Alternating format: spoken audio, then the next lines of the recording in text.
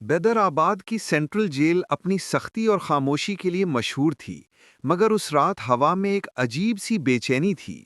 52 سالہ ناصر، جو پچھلے 25 سال سے اس جیل میں تعینات تھا، خواتین وارڈ کی طرف جا رہا تھا۔ اس کی آنکھوں میں تھکن تھی، چہرہ پتلا ہو چکا تھا، کندھوں پر عمر کا بوجھ صاف دکھائی دیتا تھا۔ اس کی بیوی 3 سال پہلے ہارٹ اٹیک سے چل بسی تھی۔ بیٹی شادی کے بعد دبئی جا چکی تھی۔ گھر میں ایک بھی آواز ایسی نہ تھی جو اس کی تنہائی چیر سکے۔ وہ دن رات بس ڈیوٹی کرتا اور باقی وقت ایک ویران گھر کی خاموشی برداشت کرتا تھا۔ اس رات جیسے ہی وہ بیرک نمبر 9 کے دروازے تک پہنچا، اندر سے رونے کی مدھم آواز سنائی دی۔ ناصر چونکا۔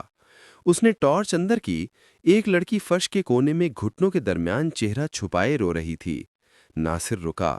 بیٹی کیا ہوا؟ لڑکی نے سر اٹھایا، چہرہ آنسوؤں سے بھیگا ہوا، آنکھوں میں خوف اور بے بسی۔ پہلی بار اس کی آنکھوں میں زندگی کا ایک درد ناصر کے دل میں اتر گیا۔ اس نے کچھ نہیں کہا اور آگے بڑھ گیا، مگر اس رات وہ سو نہ پایا۔ اگلے دن اس نے ریکارڈ چیک کیا۔ لڑکی کا نام لائبہ تھا۔ اس پر ایک با اثر بزنس مین کے قتل کا الزام تھا۔ فیملی نے اسے چھوڑ دیا تھا، وکیل بھی مقدمہ ڈھنگ سے نہیں لڑ رہا تھا۔ ناصر کو عجیب بات لگی، لائبہ کے آنسو کسی مجرم کے نہیں لگتے تھے۔ وہ اگلے کچھ دن اس بیرک کے پاس رکنے لگا۔ لائبہ خاموش رہتی، پھر آہستہ آہستہ اس نے بات کرنا شروع کی۔ اس نے بتایا کہ قتل اس نے نہیں کیا۔ اصل قاتل وہ لوگ تھے جنہوں نے اس کے والد کے بزنس پر قبضہ کرنے کے لیے اسے مروایا اور الزام لائبہ پر ڈال دیا۔ اس کے پاس کوئی نہیں تھا۔ ناصر نے پہلی بار اس نظام سے بیزاری محسوس کی۔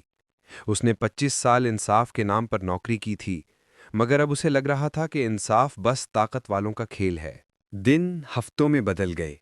لائبہ اور ناصر کے درمیان عجیب سا اعتماد پیدا ہو گیا۔ جیل افسر ہونے کے باوجود ناصر اس سے نرم دل ہو چکا تھا۔ لائبہ اسے اپنے ماضی کی کہانیاں سناتی، اپنی ماں کی موت، اپنے تنہا بچپن، اپنے خواب۔ اور جب ناصر بات کرتا تو لائبہ غور سے سنتی، جیسے وہی اس کی دنیا ہو۔ ناصر کو لگنے لگا کہ شاید پہلی بار کوئی اس کی تنہائی، اس کے دکھ، اس کے اندر کے خالی پن کو سمجھ رہا ہے۔ راتوں کو جب جیل سوتی، وہ دونوں لمبے وقفے میں باتیں کرتے۔ لائبہ کی آواز ناصر کے لیے زندگی جیسی ہو گئی تھی۔ اکثر وہ سوچتا کہ 52 سال کی عمر میں اس طرح دل کا جڑ جانا عجیب بات ہے، مگر دل تو عمر نہیں دیکھتا۔ ایک رات لائبہ نے کہا، اگر میں یہاں سے نکل گئی تو میں کبھی آپ کو نہیں چھوڑوں گی۔ آپ نے میرا ساتھ دیا ہے، میں احسان چکاؤں گی۔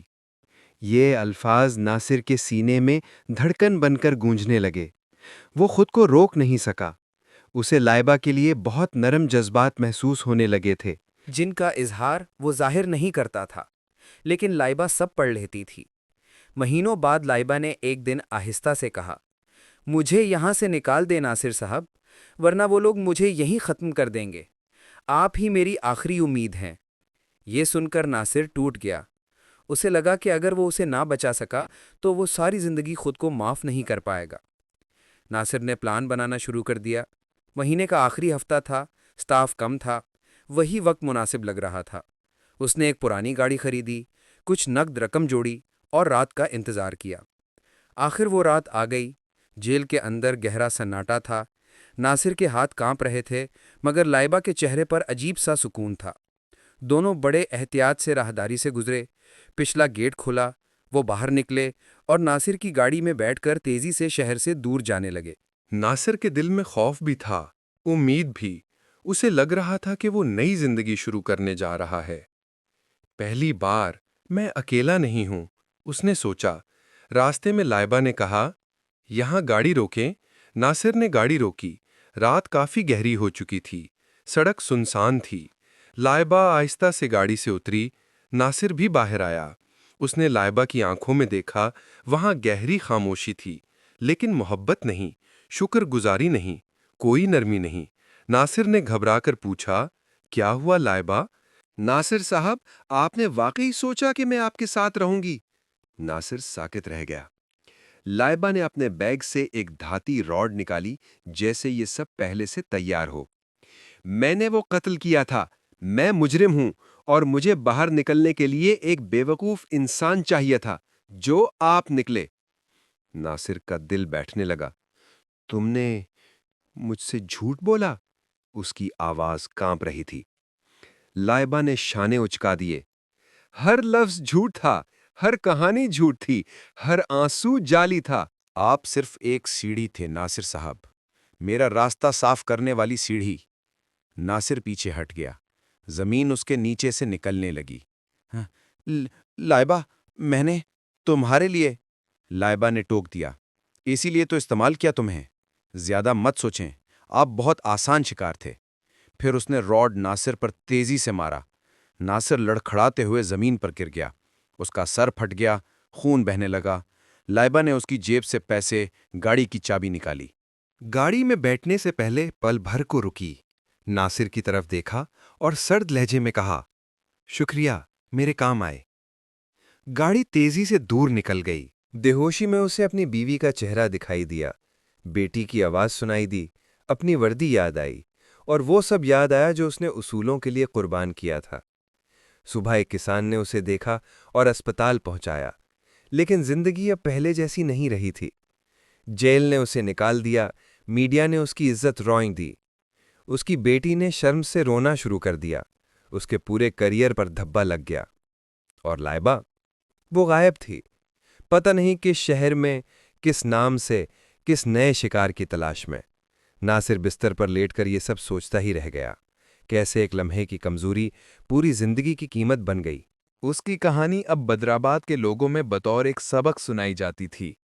محبت اندھی ہوتی ہے، مگر دھوکے والے لوگ ہمیشہ دیکھ رہے ہوتے ہیں کہ کب وار کرنا ہے۔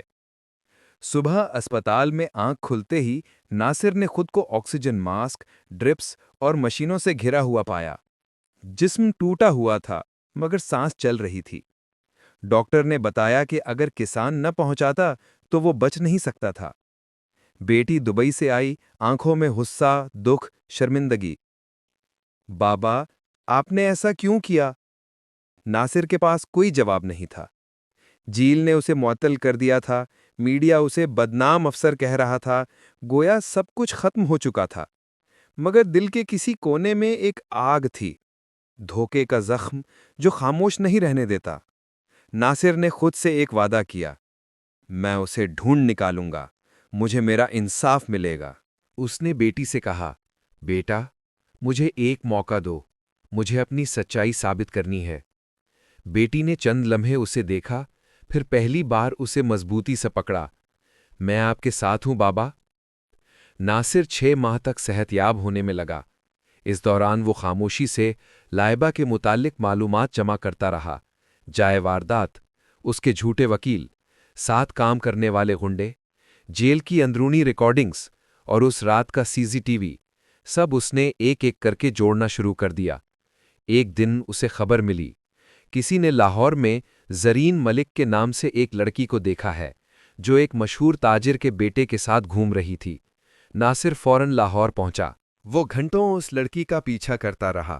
آخر ایک شام اسے یقین ہو گیا وہ لائبہ ہی تھی۔ اسی پرسکون چہرے کے پیچھے وہی زہریلی مکاری چھپی تھی۔ ناصر نے پہلی بار اس کے سامنے کھڑے ہو کر کہا، کہانی ختم نہیں ہوئی لائبہ، اب تمہاری باری ہے قیمت چکانے کی۔ لائبہ چونکی، پھر بھاگنے کی کوشش کی، مگر اس بار ناصر اکیلا نہیں تھا۔